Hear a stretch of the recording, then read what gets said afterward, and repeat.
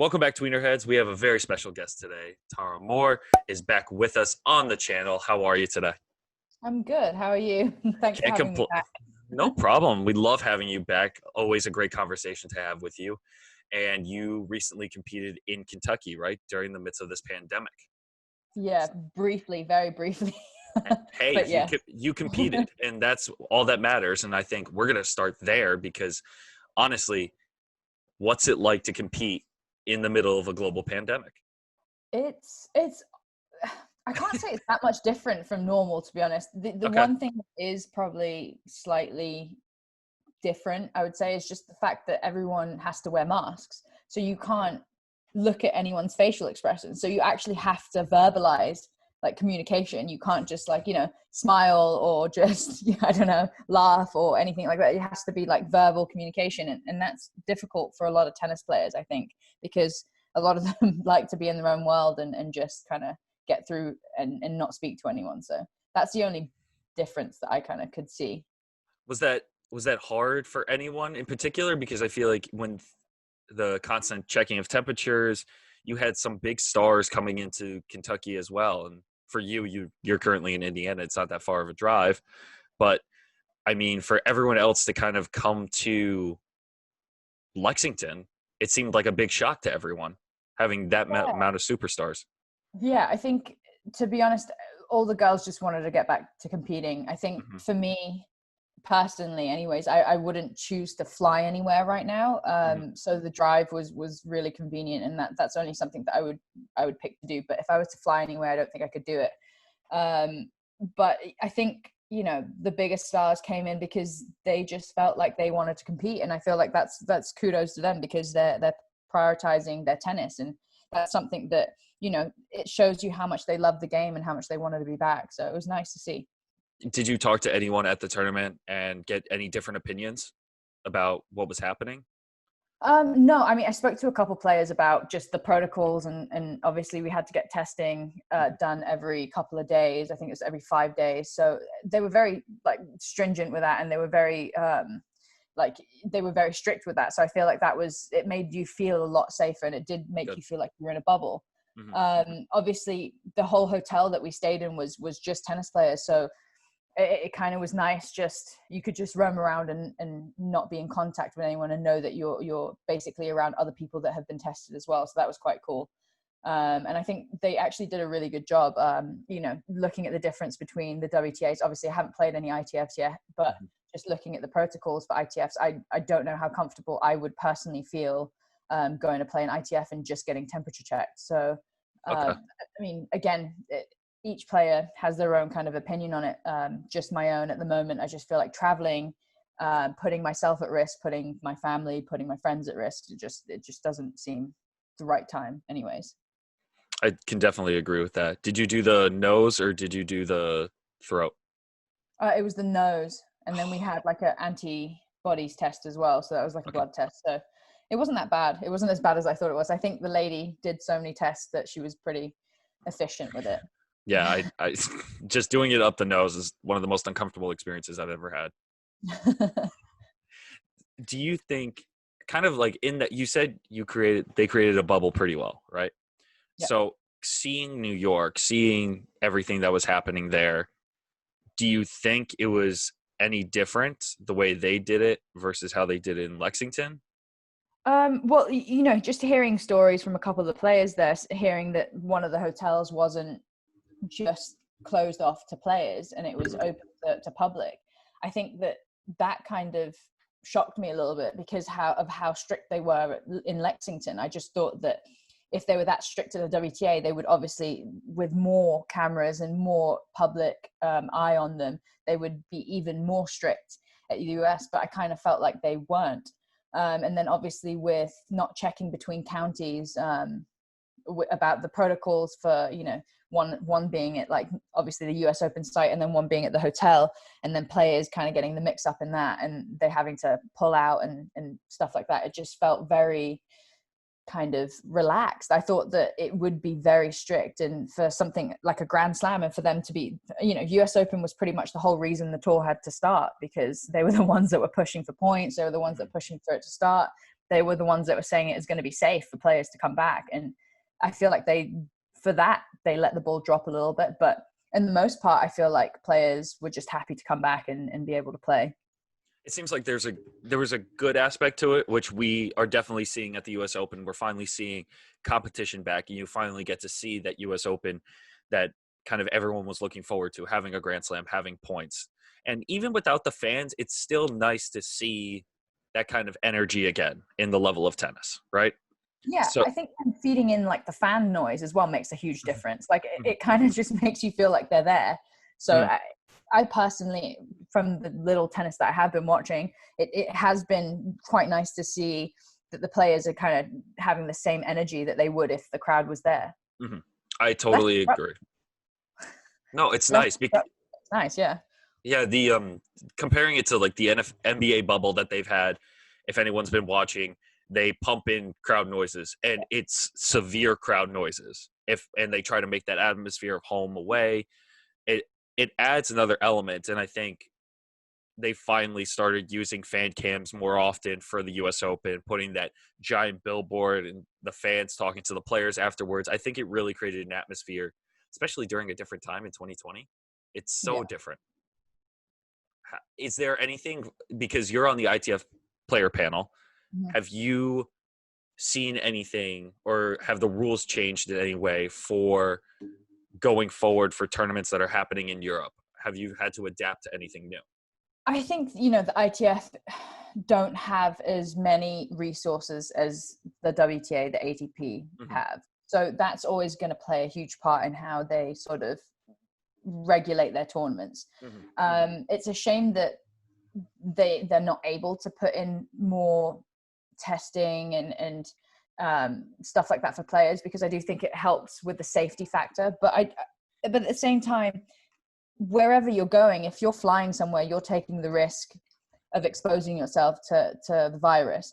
So, whether they're testing you at the tournament or not, you're taking the same risk regardless. So I feel like tournaments right now, it's really up to the player. If you want to go and take that risk, you take that risk. And if you don't, then you stay at home right now. And they're not punishing you for that. They're not penalizing you for staying at home. So I feel like it really is your own choice right now. And I think that's hard for especially players in North America that do not have a home overseas or don't have dual citizenship, because how bad the virus is here in the US, and most of the tournaments at the end of the year are going to be played in Europe. So it definitely adds a disadvantage to the players, in my opinion. I mean, if you look at the schedule, I just kind of had a quick glance at the ATP schedule, but looking at the WTA schedule and the ITF schedule, the majority of tournaments are in Europe. And okay, the ATP schedule is a little bit more, it's a little bit more complete than the WTA schedule, but at the same time, there's nothing in North America, there's nothing really in Asia, because they can't host anything right now. It's not safe, right? So I think, yes, it is a little bit unfair that they've kind of gone ahead with it, but at the same time, players are flying out there. I know a lot of people from the States that have gone out to Europe, and good on them if that's what they want to do. If they want to take that risk, that's perfectly fine. And I think it's good that they want to compete. I think that is an issue too with American athletes and tennis players trying to compete and get these prize money and these points that they desperately need to kind of survive. Because we talked about this last time you were on this channel, about the idea of the money that goes into the sport and the amount that's not distributed. So all these players have to fly to Europe, especially going to challengers now. There are big time challengers and WTA 125Ks that are happening right now, even international level, that they really need to start flying to and put themselves at risk.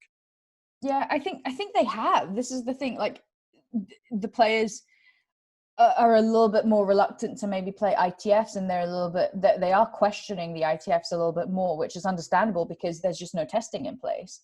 So I feel, but then, if there's no testing in place, that means you're less likely to be withdrawn from a tournament, even if you don't have any symptoms. So it kind of has that give or take, because at WTAs, even if you're symptomatic, you can have COVID and just not show any symptoms. And then on the other hand, and then be pulled out of the tournament. But then on the other hand, you play ITFs, and yes, maybe it's a little bit less safe because there's no testing and you're not in a bubble, etc. But you can contract COVID and have no symptoms and still be able to play a tournament. So, there's no, well, I guess there is right or wrong, but there's no, I mean, there's not really, you're not winning or losing either way. I feel like there's different pluses and minuses to each. So, well, yeah. And like you said, it's kind of like a don't ask. If you don't say anything, nothing's going to happen. You know what I mean? Right. So for a player to possibly have COVID-19 and then play the tournament, especially at an ITF level, there's less of a risk if no one says anything. Because as we know now, taking your temperature and not showing any symptoms, it's a blind eye. Yeah. And we saw that. I just think that right now tennis players and the organizing or the organizations is like the ITF, let's say, are just kind of like, let's just give people the opportunity. If they want to play, they can play. If they don't want to play, they don't have to play. Mm-hmm. So I think it's really the player's responsibility. And I think that's why a lot of the American tournaments aren't able to go ahead, like the ITF tournaments, because it's just such a different world out here. You can sue for absolutely everything. So I think the liability is just too high for the American country to host any events. I think in Europe, they're a little bit more like, well, if you get COVID, that's your own fault. But over here, it would be like, is it our fault? Is it the tournament's fault? Is it ITF's fault? So I think that those things have definitely played a big factor in why the US haven't been hosting any events. And I think with a lot of players and places per se that people train at is Florida, California, and more towards the south where the weather is easier to kind of see and predict. Right. So when you put tournaments there, and those are the places where cases are rising, you can't have American tournaments really for the rest of the year here until the numbers go down. And numbers are constantly going up. And it pisses me off. Well, I think the USTA, from what I've heard from the ITF anyways, they are saying that if they are to host events later on in the year, and they're hopeful that they will, their protocols are going to be a lot more thorough than the minimum requirements from the ITF. Mm-hmm. So I don't know what that means. Does that mean they're going to test everyone? I don't know, but I think they are going to have to put another layer of protection to just cover their own asses. I don't think it's anything to do with the players, because it's at the end of the day, it's the player's choice whether they want to play or not. But I think it's to cover the tournament's asses so they don't have any lawsuits or liability. 100%. Yeah. So I think that's scary for a lot of organizers. And there's two things I want to take from that, and the last two things before we move on is the bubble within inside of a bubble. And before we get to the New York part, I think off your comment, if the ITF is to hold tournaments inside the US, they have to start using the regulations imposed by the government inside the United States, because that way they cover themselves and the testing is from the state, because it's an international tournament, but you have to start implementing these tests so that way they can play it safely. So that way they can constantly have players that are coming from overseas or coming from all over the nation to play this event. Right. Well, that's why I think a lot of the events are canceling inevitably, because they just can't impose these testing protocols on players, because first of all, it's expensive for an overseas player, especially if you don't have insurance, to come over and have a test done, to be quarantined in a hotel for 2 weeks if you do test positive. So I think that the ITF have been good in a sense, saying that, like, okay, if you cannot meet our requirements, or you can't meet the government requirements, the tournament can't meet the government requirements, the tournament can't be held. Which it's good that they're saying this, because they are kind of looking out for the players in that sense, so you don't incur these extra costs, etc. But at the same time, the calendar is so barren. There's nothing on. I think there's something like 64 events on, and 40 of them are 15Ks, which is it's disappointing, because you look at the Challengers tournament, the ATP Challenger Tour, and they're adding events. There's almost an event every single week that's for men right now. And I feel like this is where the WTA need to step up. Yes, of course, it's not their jurisdiction. Like, this is an ITF thing. But at the same time, if all these ITFs are unable to put tournaments out, shouldn't the WTA be like, okay, let's put more 125s, or I don't know, like even if the ITF and the WTA team up to make 80s and 60s for a while, just to help them kind of put some events out there. Because I mean, I'm getting complaints from players every day saying there's just not enough tournaments, there's not enough points going around, it's not fair, like why are the tournaments all in Europe?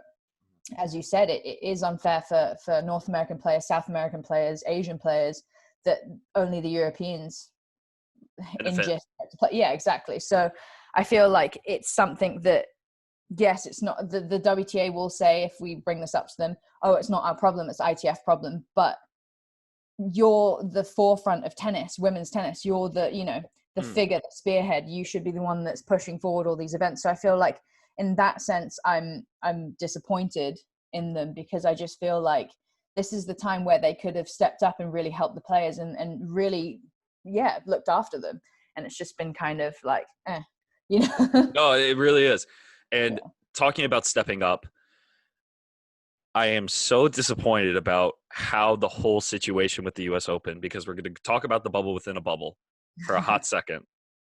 Because from my perspective, to kind of give you guys an idea of what happened, the USTA imposed very strict policies when they did their live press conference that, for me, I had no idea was happening before the US Open happened. Right. They just surprisingly did it with the new president, Stacey Alister, and someone from the CDC in New York, from the health organization, to kind of tell people how they were going to do it.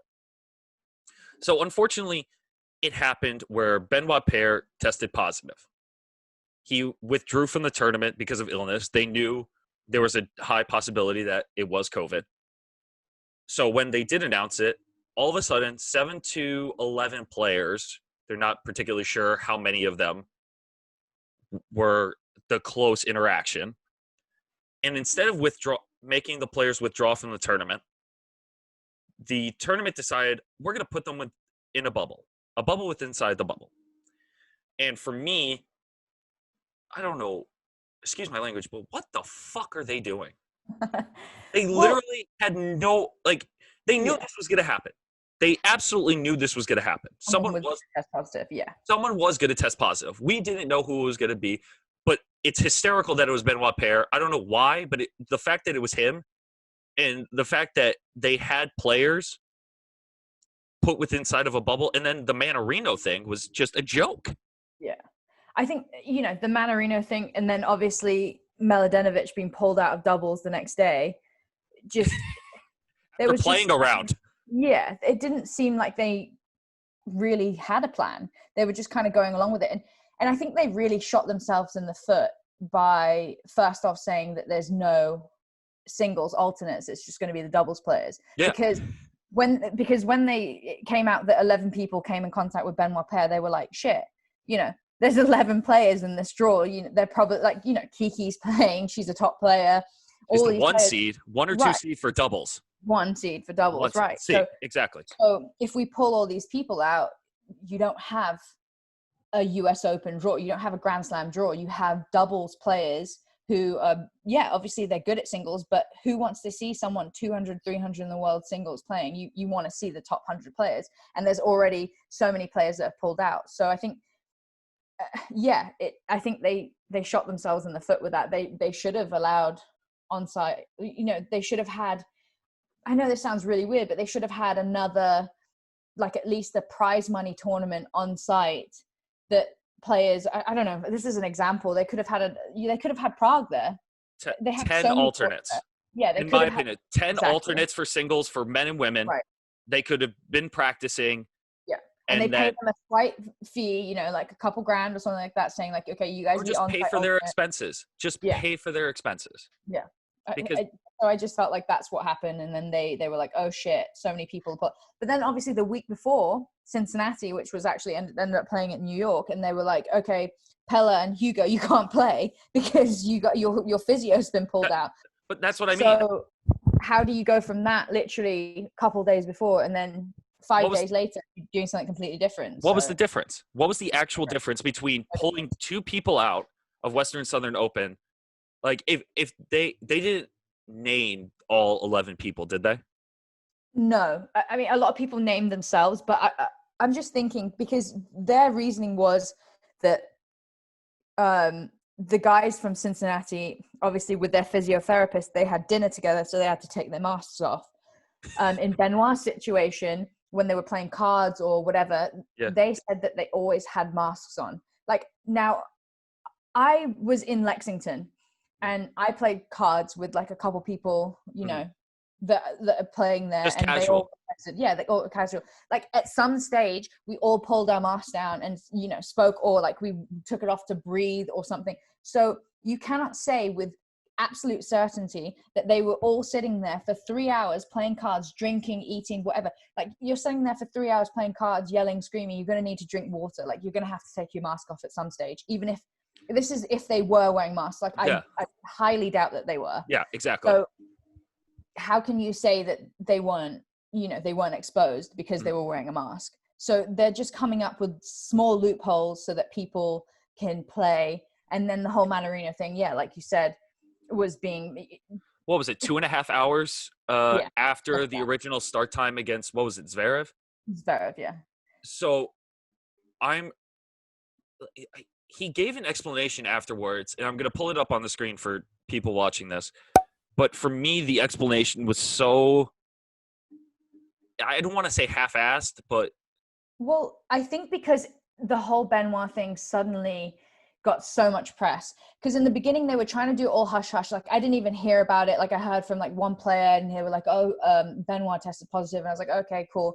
And then the next day, obviously it all came out in the press, and then everyone was like, oh my God, the bubble's ruined, all this stuff.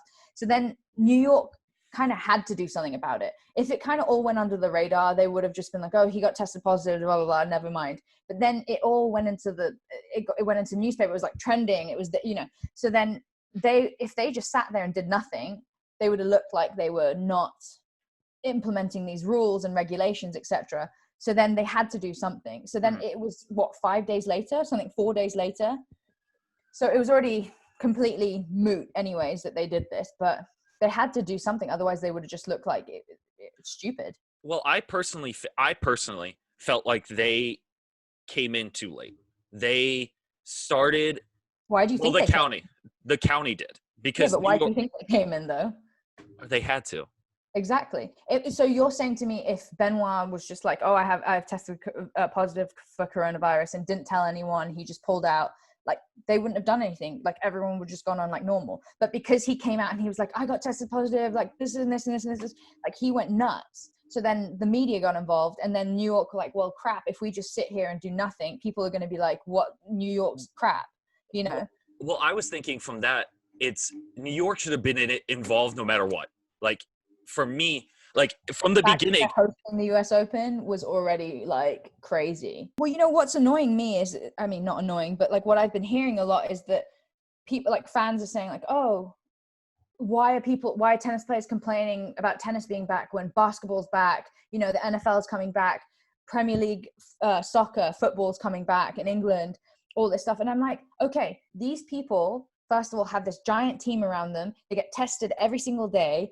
They have the money and resources to fly private jet where they want to go. They are all in one country. So like, if you think about it, all the NFL matches, okay, yes, they're flying around the country, but they're all in one country. And it's the same people. They see the same people every day. Over and over again. With tennis, like, there's some people flying from Spain, some people flying from Italy, some people flying from Africa, some people there's all these countries and all these different case levels coming in, and you just don't know, and you cannot say to me that the US Open, I mean, it's now obviously with the whole Benoit thing, you can't say to me that you can host an event like that with so many internationals coming in safely. You can't do it. So it's it was crazy.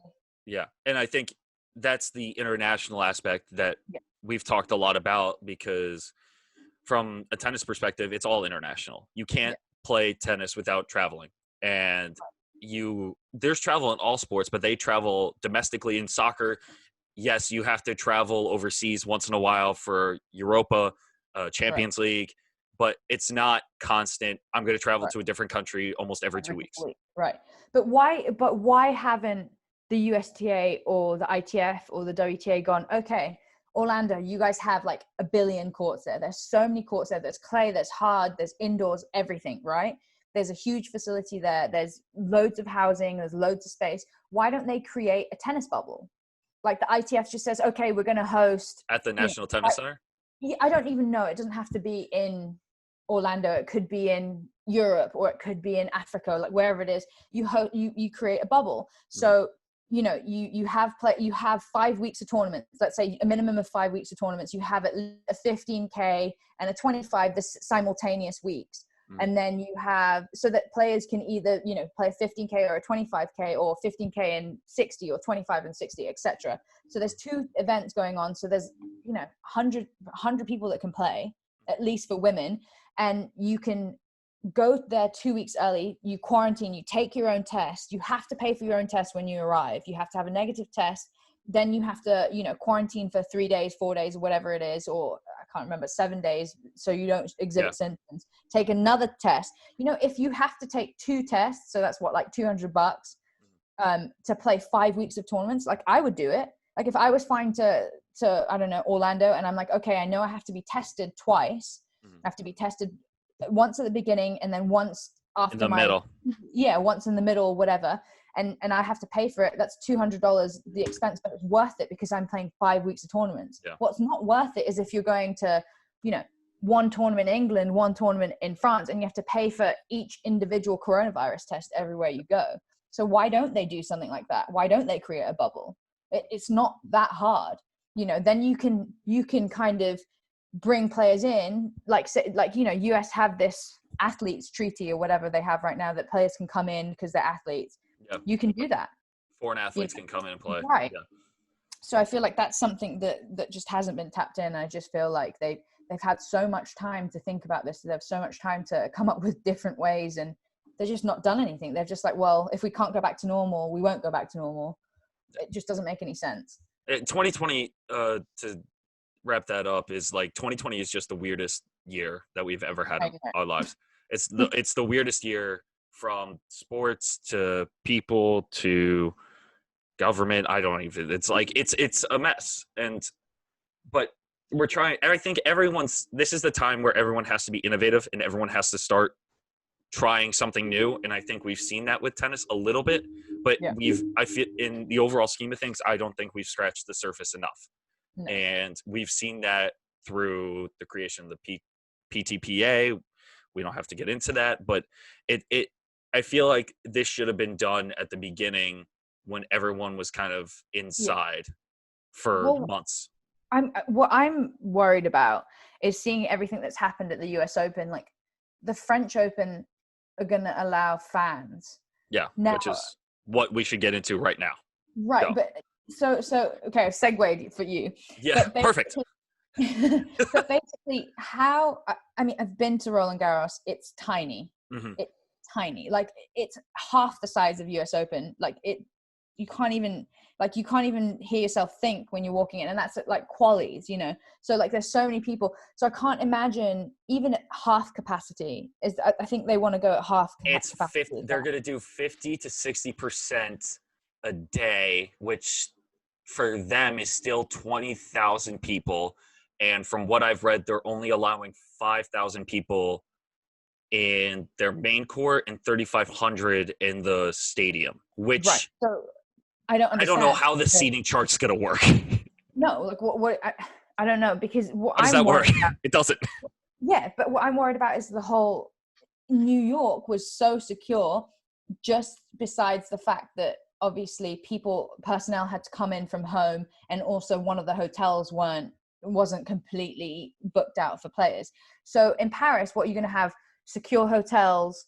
Oh, the personnel are going to be staying on site, but we're going to allow all these people in that aren't tested, that aren't regulated. They're not even having a temperature check. Like, how do you guarantee safety? How do you guarantee? It's going to be a shit show. Like, I hope it isn't, but it is. Like, you just know it is. Are you going to say to me that like little kids or whatever, they're going to see Rafa Nadal walking down the street and walking down Roland Garros, and they're not going to run up to him? Of course they are. It's like, you can't not. It's going to be tough because, one, I agree it's small. From my vlog that I did last year, just walking down the main entrance, you go through the gate, and mileage-wise, it's not as spread out. You just have one long strip leading to the main stadium. Call it a long strip. It's literally like the size of my back garden. You can literally see, you can see the end of it. You can see the end of the entire fan strip of stuff, because you walk around and then you go to the back courts, which I think is much more spread out than the front. Yeah, the back courts are much spread out, but the front ones, I mean, from the players' entrance to the stadium, it's maybe a 2-minute walk. And at US Open, like, okay, if you come in the front entrance, but if you come from where the buses are to the stadium, that's a 10-minute walk.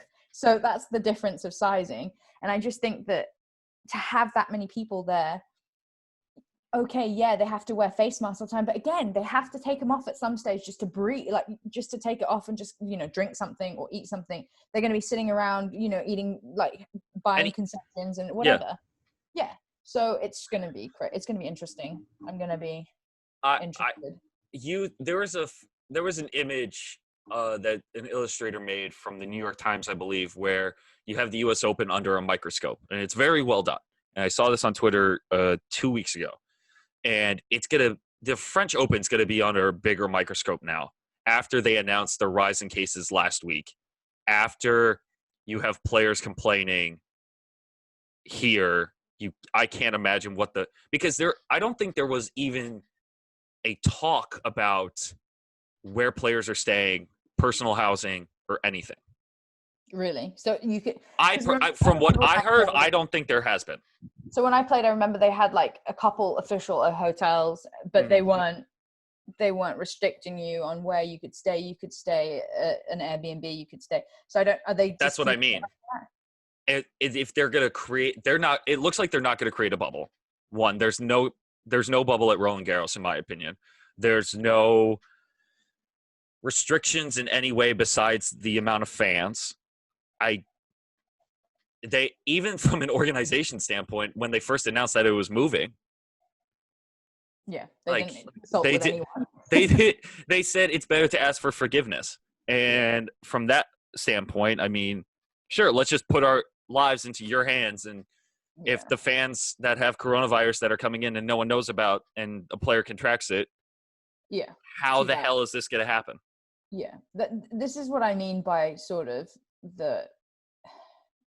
you need to create a bubble, but it's so hard for tennis because, the majority of players are going to be in a different country the week before anyway. So how are you going to create? Yeah.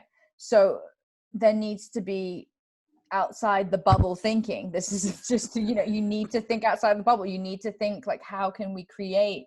It's now a phrase. Yeah. How can we create these bubbles for players and athletes in all these different sports? And I just don't feel like they've done that. They've just kind of panicked and thrown everything together the last minute and just gone, okay, well, that's all we can do. Sorry.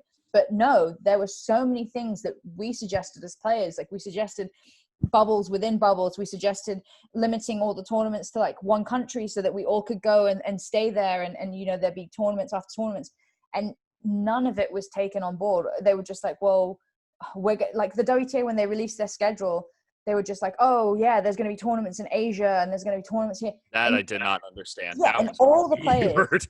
That was so weird. All the players were like, there is no chance in hell there are going to be tournaments in Asia. Like, no chance.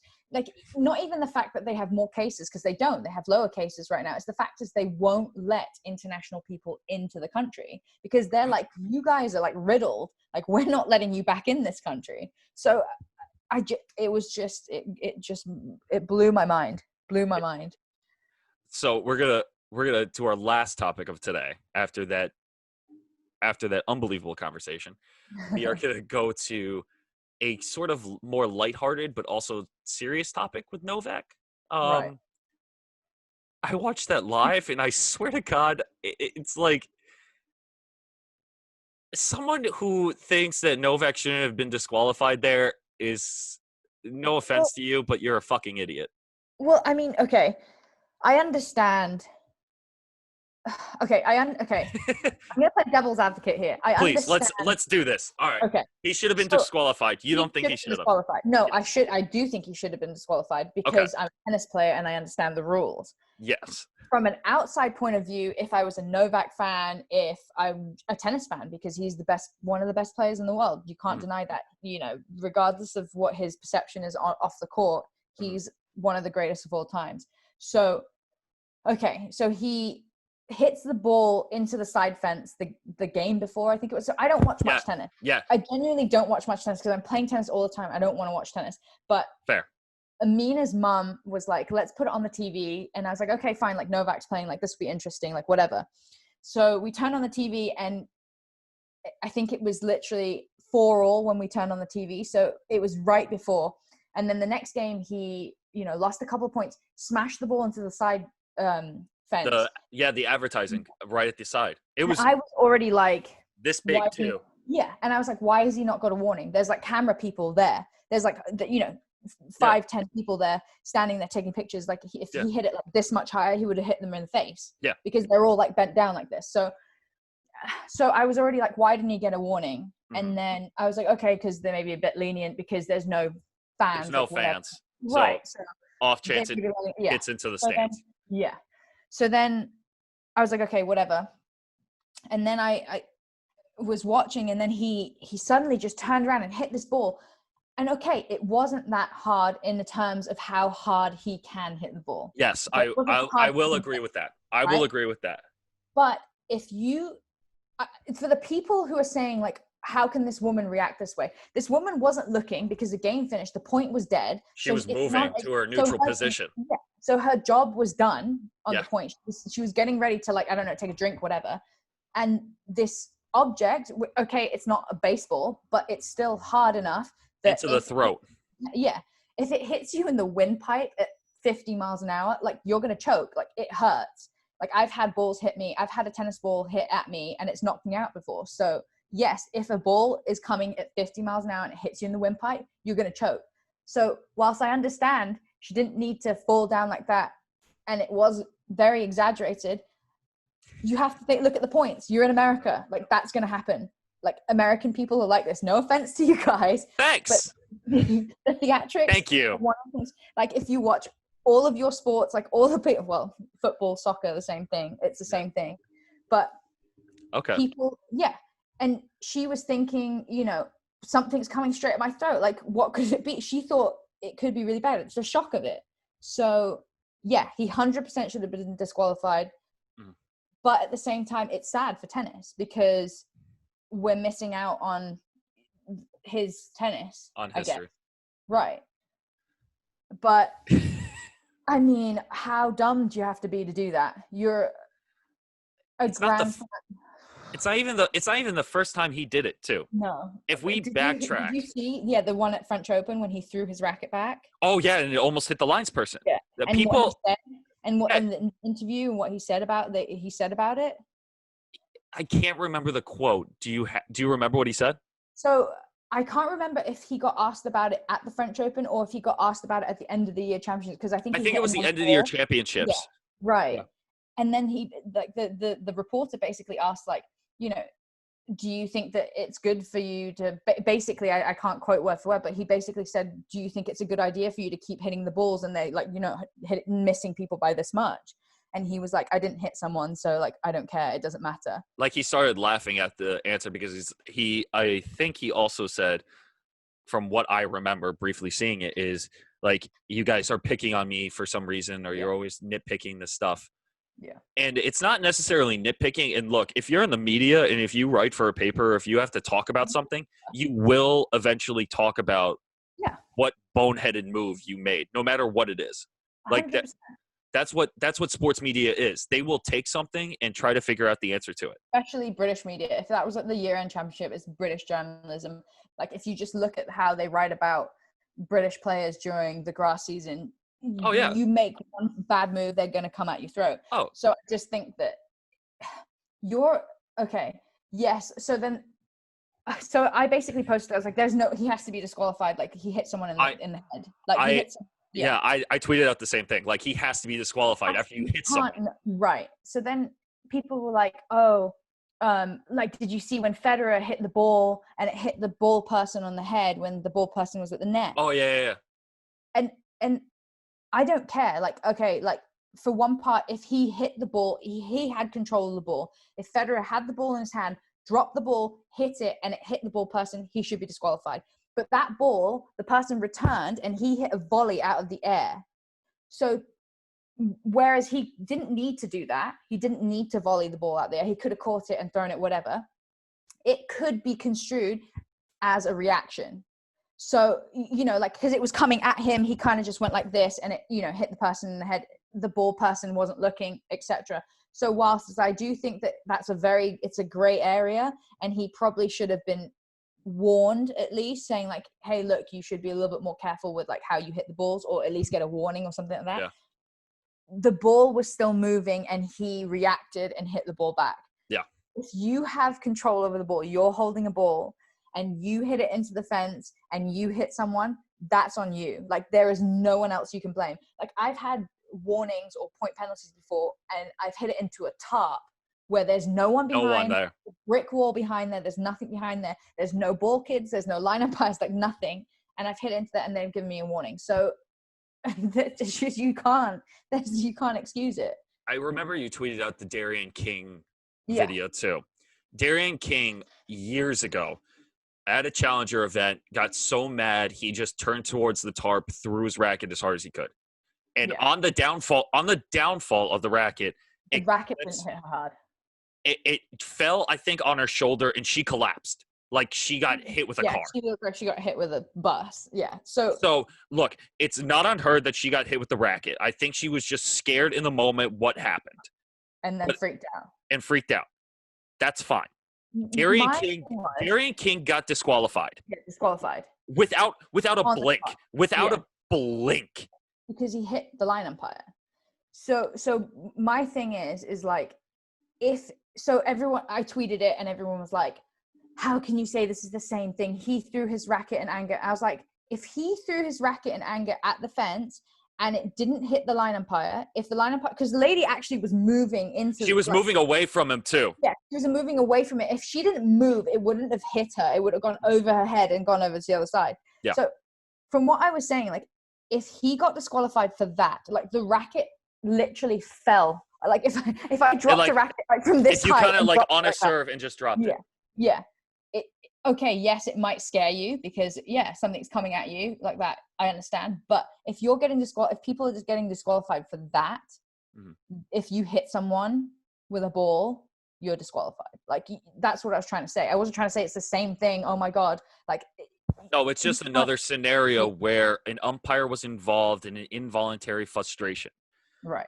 And I also, to kind of keep going with this, is the fact that there was an argument, I think, when it first happened between Renee Stubbs and Brad Gilbert, where they talked about how you know where everything is on court.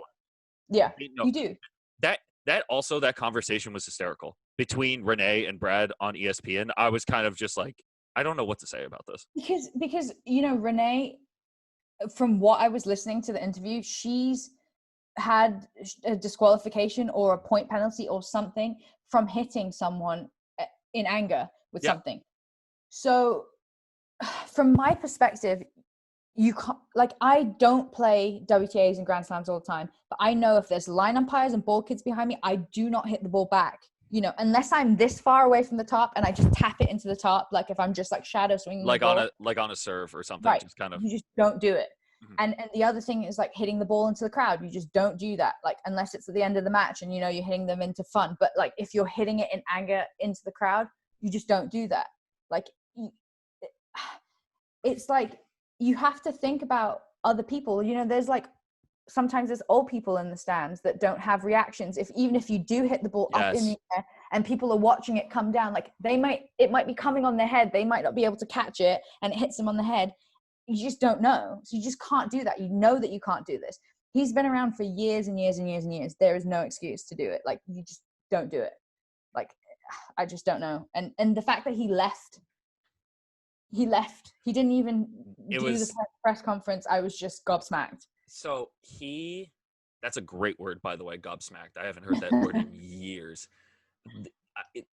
So I think he got a fine for Yeah. not doing the presser.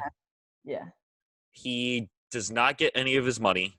Right. It's like 280 grand, by the way, which is so they got fined, I think 10,000 for the actual default, 20,000 for the missing of the presser, and then obviously the 280K that he would have got in prize money and all of his points, but he would have kept his points from last year anyways. So $310,000. Yeah. Gone.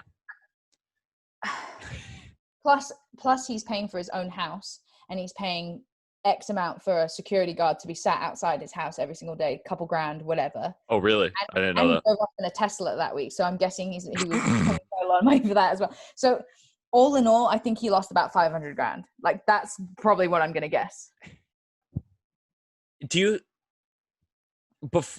Let's talk about his apology. Did you read it? Yes. What'd you think? So I think that it was a good apology, but did I think that he wrote it personally? No. I think it was definitely a PR move. I think that if he would have come out into the press conference and just said, look, I did something really shitty. I did it by accident. Like, I'm really sorry. Like, I'm sorry to the fans, blah, blah, blah. Like, everyone would have just been like, okay, cool. Like, it's not They would have great, left it alone. Okay. Yeah. This wouldn't have lasted however many days it lasted afterwards. And what really, really upset me was how I don't even know if you can call them his fans, because we'll call them stans, which is the combination between stalkers and fans, for those who don't know that term. It got to a point where they were harassing the lines person on her Instagram. Yeah. And I had people ask me for her Instagram because I don't know why. And even if they just wanted to look at it, I just didn't give it to them. Yeah. I didn't know how they swayed, so I just didn't want to. It's disgusting. And then Djokovic actually came out with a statement towards his fans, right, which should have been done in person, in my opinion. But I'm glad he recognized it. Yeah, but he could have done more. Like, the thing is that I just don't understand how, if you can be a fan of someone, and I've had a lot of experience with this. Like, I've had Serena fans come after me. I've had Nadal fans come after me. I've had Sharapova fans come after me. I've had a lot of Novak fans come after me in recent times. Same. I don't understand why you need to send someone death threats, threaten ill will on their family, just because your person or whatever, I don't know, was disqualified, or the person that you're giving grief to doesn't like your person that you stand for. Like, I don't understand this. Like, I have idols that I like, but if someone says, oh, I don't like your idol, I won't be like, oh my God, I hope you die. Like, it just doesn't even come to my head. So what are these people doing? Like, why he was disqualified. He was disqualified for a reason. There's no justification that you backed up. And to kind of wrap up this, the fact that he had 10 minutes to talk about why he shouldn't be, like, I don't even, if there's a clip out there of their volume pumped up, I would love that clip of what they talked about. Like, there was some parts of it that were transcribed. He basically said, like, you're actually going to do this to me, like my legacy, my Grand Slam, like all this stuff. Like, he was like, you don't need to do this. And the supervisor was like, I have no choice. I have to. So it's so fucked. But again, he's one of the best players in the world. So they had these conversations. That it's the same thing that happened with the whole Serena thing before. Like, they deserve a conversation because of how good they are. Like, you can't just go up to Novak and be like, you're disqualified, get off the court. Like, you have to give them that respect, because they're Novak Djokovic, they're Roger, that, like, you can't, I wouldn't be able to, like, I'd have to have a conversation with them, and I feel like you have to explain to them. And I feel like he was also trying to mitigate the situation a little bit, like, cool him down a little bit, explain to him and all this stuff. So again, 10 minutes. Pereno Buster didn't need to be sat there for 10 minutes, but it took 3 people to explain to Novak about it, and the fact that the umpire was recreating what he did was hysterical. You could have seen it yourself. Like, I don't know. I think he was okay. One, I also think he was super unlucky because, okay, if he is unlucky that the ball it was like perfectly placed into her neck. That person, right? If it would have hit her in the shoulder, I think it would have been a warning. I honestly really, think it would have, yeah, because she probably wouldn't have acted or reacted. Let's say not acted. She wouldn't have reacted the way that she did by falling on the ground choking, like, because it wouldn't have hit a windpipe, it would have hit a shoulder. He was also really unlucky that the chair umpire actually saw it with their own eyes. Like, if the chair umpire is looking away and they have to hear it from the word of mouth, then they're more likely to be like, and the player says like, no, it was an accident, like I did it by accident, like I didn't do it on purpose, then they're more likely to be like, okay, it's a warning. But because the chair umpire was looking directly at Novak, watching him hit it happen, there was nothing they could do. But if he was like turned away and he was like doing something else, and that happened, it might have been a different. Yeah, I never would have thought of that. And again, if it wasn't in America, it might have been different too. I don't know. Like, not hitting on the neck. Like, if he hit her on the shoulder and the chair umpire wasn't looking, then, and it was not in America, it might have been different. Again, it might have been the same if the chair umpire wasn't looking, the person got hit on the chair umpire line umpire got hit on the shoulder, and they said that he hit her. Like, it would have been the same in America, maybe. But if it was in somewhere else, I don't know. You just don't know. I just don't know. No, it's very true. I will agree with that. What happened with Bedene? He hit a ball. I was about to say. Wasn't looking. Yeah, he wasn't looking, and the cameraman was like, "Oh, I'm fine. Like, it didn't hurt. Like, it didn't hit me. Whatever. It was nothing." It's kind of like the same situation which is into a bigger conversation that we can get to some other day. But the fact that there were no line judges on his court, he was aiming for the top. You knew in the Western Southern Open when Bedene hit it. Yeah. When he hit it, it bounced. It looked like it bounced off the top of the top and then hit him. Yeah. And the camera guy said that he was okay. Yeah. Like, he gave a thumbs up. And the chair umpire didn't see it either. So there was a lot. There's a lot to unpack. You just don't know. No, but this is the thing. Like, on the other hand, you just don't do that either. Like, you just don't do it. Like, if you want to hit the ball, like, why don't you just hit it into ground? Like, I don't understand this. Like, what is it with hitting it into the stands? I just don't understand this. Like, I don't see women the frustration. Do that very often. Yeah, I see men do it a lot. Like, they get angry and they do that. But I don't know. Just smash a racket. Like, I know. Okay, I was about to say the same thing. Like, it's not great, but like, you get your rackets like given to you. 1, 2, like, you get a warning, but you're not going to kill anyone. At least, like, you just smash the racket straight into the floor. You're not going to hurt anyone. And 3, like, it's probably more satisfying anyways. Yeah. So, I just probably more satisfying. No, it's true. I just think that there's so many different options. Or you can just be like Nadal and never do it. Like, that's also another option. So same with Roger. Or be Chapeau and post the 2014 Miami. Oh, right. Or Chapeau. But that's a different story. But Tara, I really appreciate you coming on to the channel again. No worries. Thanks for having me. No, this was a lot of fun. Is there any way that people can check you out? Like, on Instagram, Twitter. It's just my Tara Moore 92 for both. Fantastic. So if you guys want to go follow her right now. And I hope we can do this again sometime. Yeah, for sure. Thank you so much. No problem. Talk to you later. Bye. Bye.